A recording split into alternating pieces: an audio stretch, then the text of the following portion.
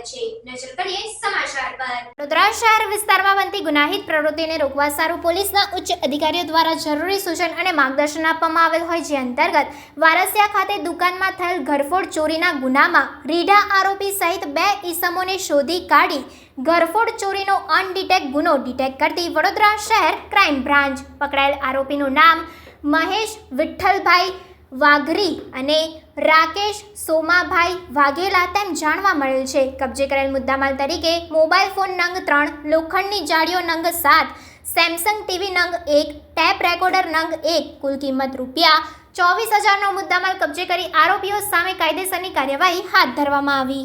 સમાચારોની ઝડપી અપડેટ માટે હમણાં જ સત્ય સ્વરાજ ન્યૂઝ ચેનલને લાઇક, શેર અને સબસ્ક્રાઇબ કરો।